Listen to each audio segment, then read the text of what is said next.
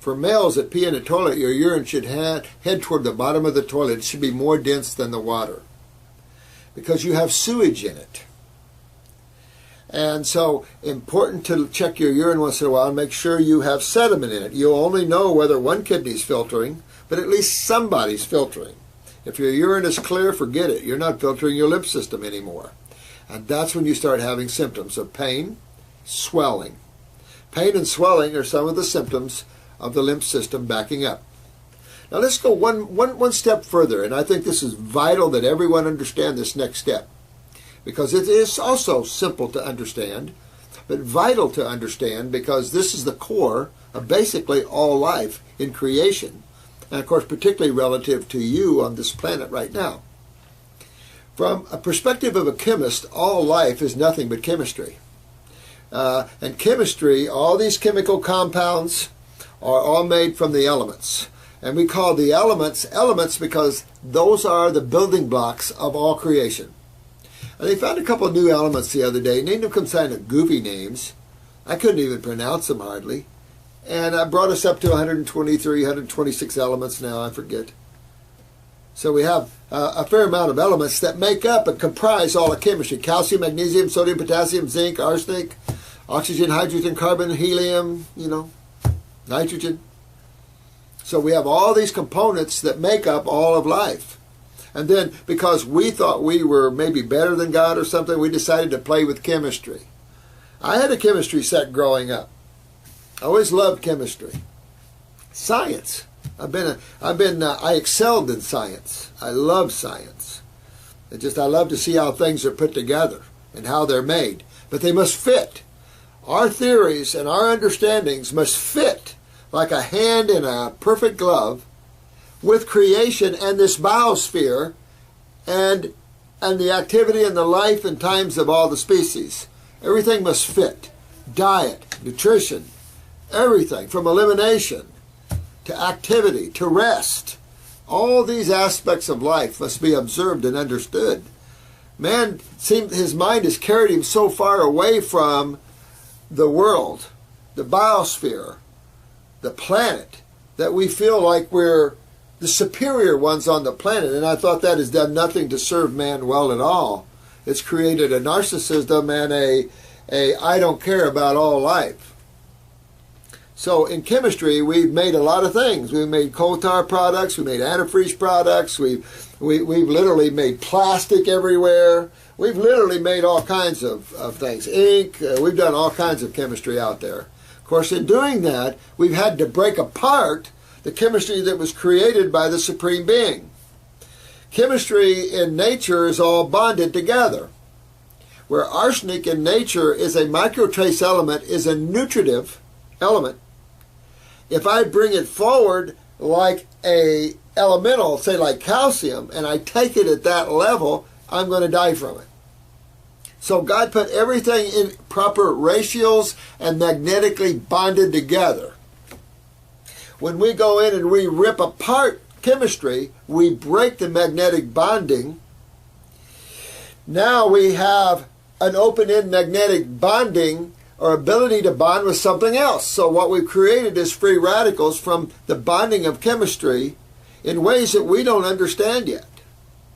We don't know what's antagonistic chemistry to another. We know some things, like vitamin C is antagonistic to calcium.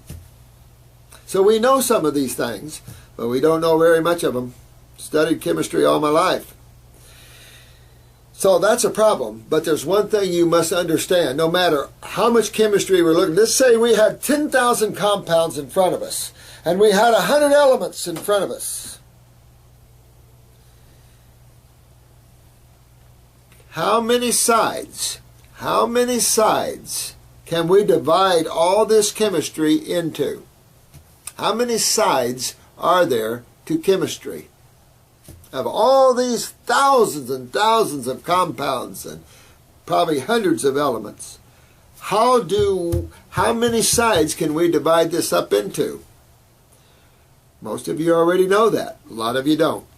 And that is simply two. Two. I don't think there's anything much more simple. So what you see in God and you see in creation is the simplistic and the complex. You must understand the simplistic before you understand the complex. Because if you jump into the complex, you lose. You lose the simplicity, because the simplicity is the foundation of the complex. And so we tend to praise intellectualism and academics. The problem is sometimes the more education a person has, the stupider they are. And you see this a great deal in allopathy. A stupid modality that it ranks top of the killers of the planet. Last year in America, I think it was Gary Noel and a couple of other people put together, but I'm telling you, the website is full of these facts and figures. Even other medical doctors are squealing now on other medical doctors. Over 1 million people killed last year allopathically. 1 million! None naturopathically, but I'm a state and I'm going to protect its citizens. I'm going to bar naturopathy, but I'm going to allow allopathy.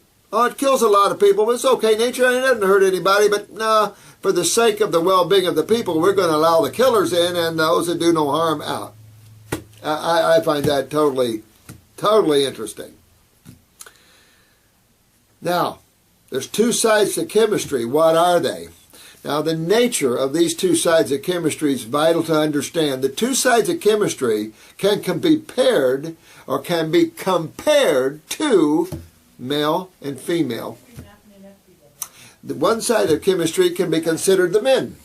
The other side of chemistry can be considered the ladies. Okay? Now, the male side of chemistry is by far the aggressive side of chemistry. Men are aggressive. They like to tear things apart. I was asking a guy the other day if he had a screwdriver because I wanted to tear this phone apart and see how it was made. That was the male side of me. The female side of me is going to take a paint brush and put flowers on my phone. Because the female side of chemistry is the healing, the building side. Females create. They're the creative side. They sing, they dance, they write music, poetry, they knit, they make quilts. The male side of chemistry tears things apart. Essential. Not one is better over the other unless you have too much of one. Especially if you have too much males together, you have a very aggressive mix. Nothing wrong with that at certain stages. So, men, they're inflammatory. Women, anti-inflammatory. Now, when you see a male that's creative, that's his female side.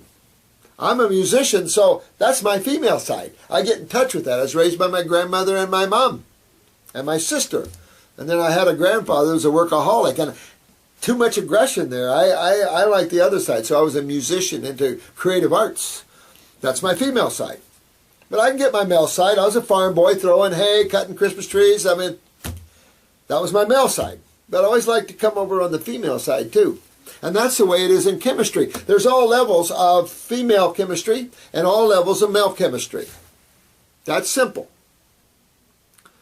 Again, male chemistry inflammatory, female chemistry anti-inflammatory. To make it simple, male chemistry is referred to as corrosive chemistry in chemistry. And of course, the name of male chemistry is acids. Acids are the corrosive side of nature. Very aggressive. The main side, or predominant side of chemistry on this planet is called base chemistry. Or another word that's highly used is alkaline chemistry. The base or alkaline side of chemistry is the female healing side of chemistry, which used to dominate this planet by 80% to 20%. In other words, the atmosphere at this level and fruits and vegetables predominantly were 80% base or alkaline chemistry to only 20% acid. In other words, there's a lot more calcium, magnesium, sodium, potassium than there was phosphorus, iron, and the acid side. And this was very important because your blood is predominantly base chemistry. 7.4 is the pH of blood, or should be.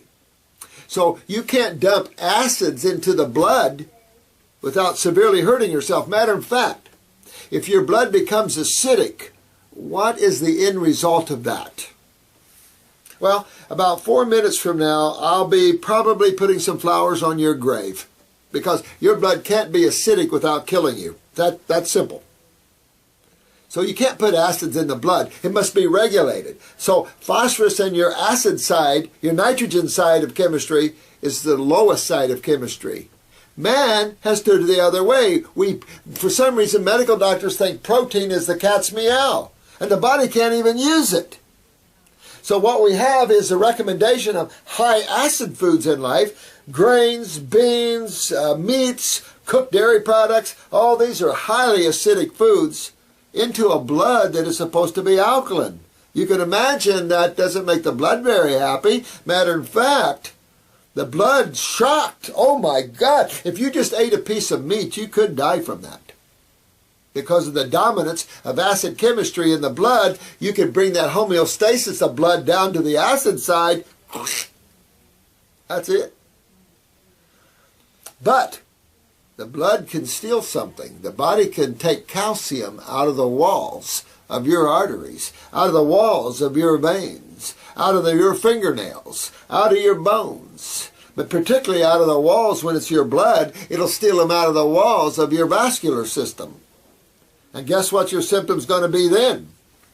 Bruising easy, varicose veins, spider veins, hemorrhoids, brittle fingernails, osteoporosis, scoliosis. You can just keep going right down along like connective tissue weaknesses. Everything starts bulging, herniations from aneurysms, go right on down the road. The body's stealing from its structure to fight acids. Because in this world, in this planet, if acids win, you lose. National Geographic did a beautiful show on the Appalachian Trail, and they were showing all these states, and there was park rangers, forest rangers in each of these states checking the water. And this one forest ranger says, well, you see that six-legged frog down there? Whoa, wow, what's that six-legged frog? It's a mutated frog. Well, how did that happen? The forest ranger said, acid rain. The acids are coming out of the atmosphere. You know why? Because pollution is acidic. Some of these countries I can't even go into anymore because it burns me so bad to breathe. They don't have catalytic converters. Car exhaust, acidic. Factories, acidic. We've dumped acids. Matter of fact, in LA, I heard there's a warning that if you're 70 years or older, move out, because that mushroom cloud is a dark acid mushroom cloud, and lung cancer is skyrocketing in the 70-year-old or olders. So now you're getting a good understanding that acid side of chemistry, not necessarily our friend, we need it. Your body produces a few acids. Hydrochloric acid, that's stomach acid, and it's needed to release pepsin because your body cannot use protein. Your body can only use what proteins are made of, and that's called amino acids. You get plenty of amino acids in fruits and vegetables. All the strongest animals in the world do not eat protein. Notice that? Your primate families, very few do protein whatsoever, and that's only where they're trapped and are forced to. Unless it's that wild primate family right now that were released, where man got them stuck on meat eating. Now they're eating other monkeys. They're cannibals. Totally bizarre for that species.